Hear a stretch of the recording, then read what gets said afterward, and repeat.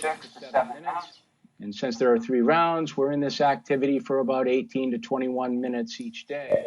We feel that we can rep out 9 to 12 different pitcher skills on any given day, which really develops a lot of ancillary pitcher skills that sometimes don't get developed.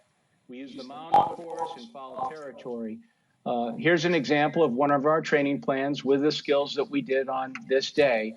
And I'm going to show you a video example of what we're talking about, and I'll explain a little bit more as we go forward.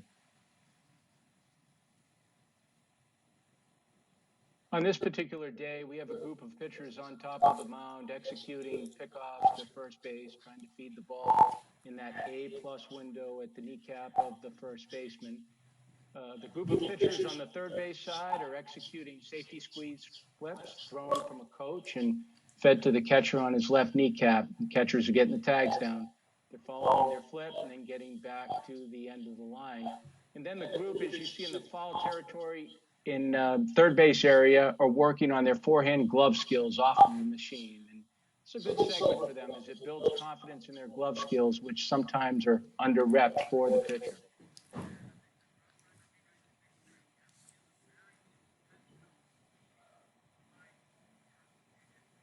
In round 2 of our pitcher square on this day, we've got the pitchers on top of the mound, and they're executing pickoff play with our second baseman and shortstop. And on this day, this happens to be the inside move that they're throwing, trying to enter the ball and feed the ball at the kneecap of the middle infielder so they can get the tag down. The group of pitchers on the third base side of the mound are actually fielding the short balls in the right triangle and communicating with the catcher. It's a 2-man game with them, and they're throwing the ball to first base. And then off in foul territory, the pitchers again are working off of a machine, and they're working their backhand side only. So they're developing some confidence to their backhand skills of their glove. In our third and final round of pitcher square on this day, the pitchers on top of the mound are fielding comebackers being hit by a coach with the middle infielder, shortstop, and second baseman, understanding that for them it's just a force play. It's not a double play. They're just trying to get the out at second base and let the shortstop and second baseman take care of the rest. The pitchers on the first base side of the mound are covering, but after they cover and get the out at first base, they are resetting their feet and throwing to the plate as if the runner was wheeling from second base, catcher's making the tag. And then in foul territory, we've got the pitchers fielding short balls with their glove and making tags. So again, we're just trying to build confidence with their glove.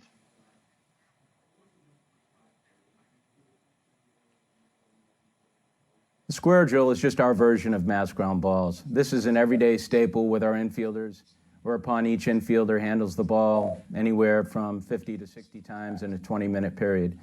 Now, we prioritize this activity with our infielders because it gives each player a high volume of ground balls while building their internal defensive clock. The pitchers are active in this activity as fungo hitters, feeders, and catch-up helpers at the beginning, but then they become active fielding participants at the end of the drill, as you will see on the video. We like to schedule square drill immediately after pitcher square, so that keeps our infielders and pitchers together for about 40 to 45 minutes.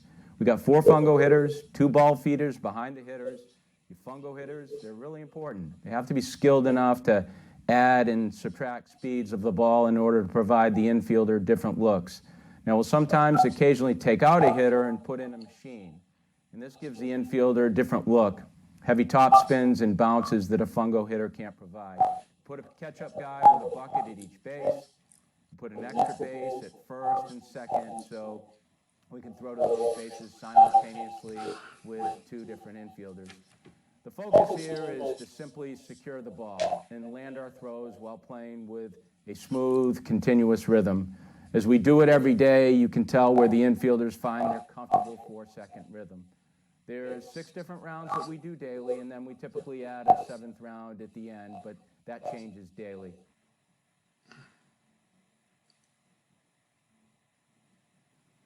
In our first round, we bring the infielders in. Our focus here is to get their hands and feet warmed up. The fielder can work on their forehand and backhand glove plays while creating footwork to the plate. They do not throw in this round. They just toss the ball to the bucket man in front of them after they complete their footwork. Because the infielders are in and closer to the hitter, they can focus on their hands and engage in their feet, just warming themselves up. The fielder can work on their forehand, their backhand glove plays while creating footwork to the plate. They do not throw in this round. They just toss the ball to the bucket man in front of them after they do complete their footwork. In our second round, the third baseman is in double play position, starting the force at second base.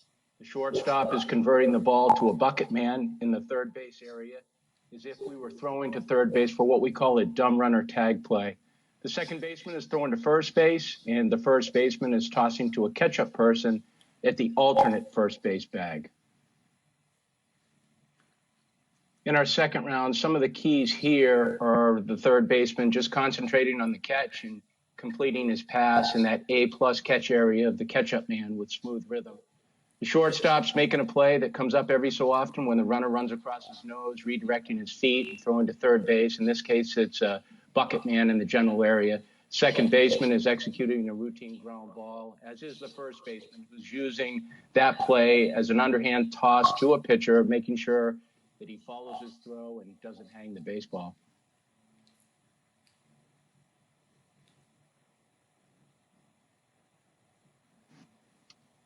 In our third round, the third baseman's going across the diamond to first. The shortstop is starting the double play at second base. Second baseman is fielding routine balls and putting them in the bucket. And now our first baseman's sliding over a little bit, and he's starting the double play at the alternate second base bag. Some of the keys in the third round are the third baseman catching, gathering, and really following his throw to ensure accuracy, using his legs to help complete that throw. The shortstop is controlling the speed of the play, knowing that his accurate feed at second base sets up the double play to finish it. Our second baseman is not throwing this round. He's catching the ball and putting it in the bucket, but we really want to get the fungo hitter to move the second baseman into deep pockets of the field to create range. The first baseman now moves into double play depth position and starts the force at second, just ensuring a good feed, prioritizing that out at second base.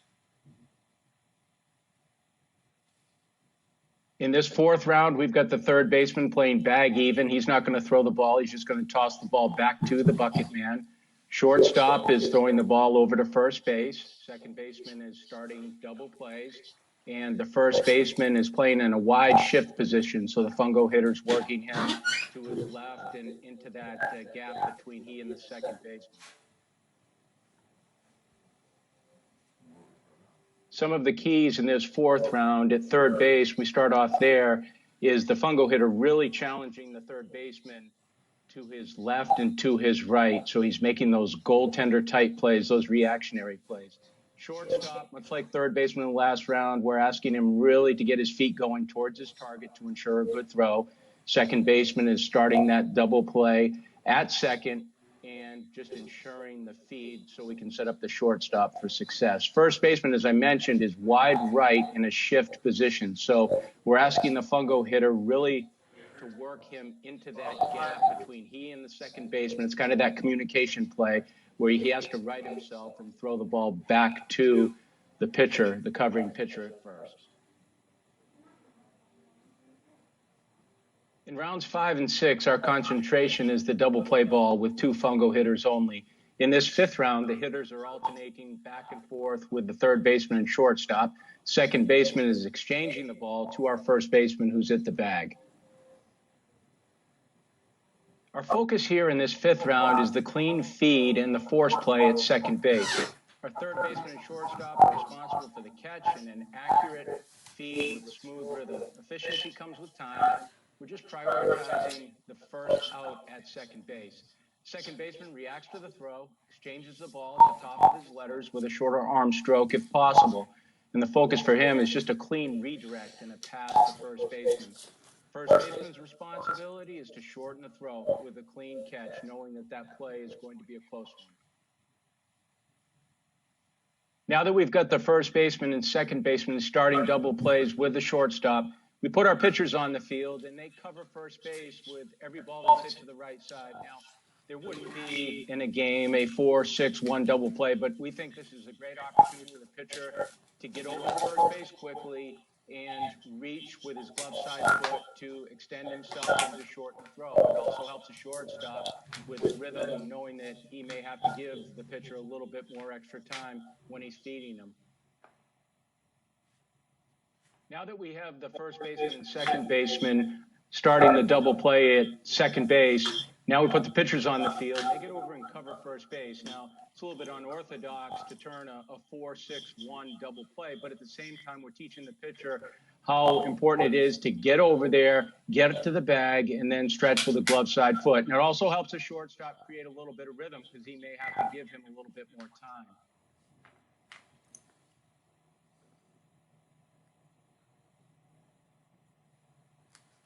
In our extra round, which would actually be our 7th round, we choose a play to accent on to conclude square drill. We change this up every day.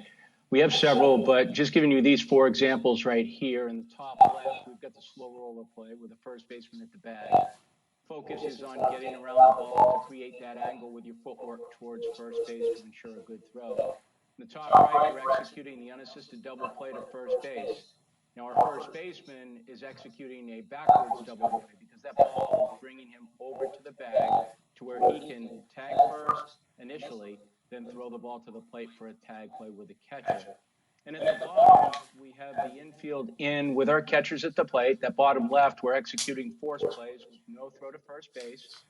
Then the bottom right, we're executing tag plays in which the focus becomes the feed to the catcher on his left shin guard area, or at least that side of the plate where he can execute a tag play. Now let's move to team execution.